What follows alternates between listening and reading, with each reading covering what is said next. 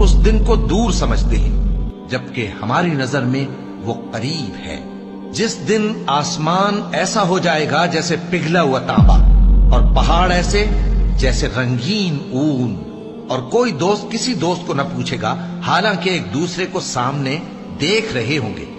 اس روز گناہگار چاہے گا کہ کسی طرح اس دن کے عذاب کے بدلے میں سب کچھ دے دے، یعنی اپنے بیٹے اور اپنی بیوی اور اپنے بھائی اور اپنا خاندان جس میں وہ رہتا تھا، اور جتنے آدمی زمین پر ہیں غرض سب کو دے ڈالے، پھر اپنے آپ کو عذاب سے چھڑا لے.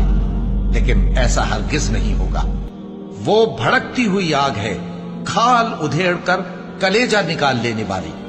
وہ ان لوگوں کو اپنی طرف بلائے گی جنہوں نے دین حق سے اعراض کیا اور منہ پھیر لیا اور مال جمع کیا پھر سینت سینت کر رکھا.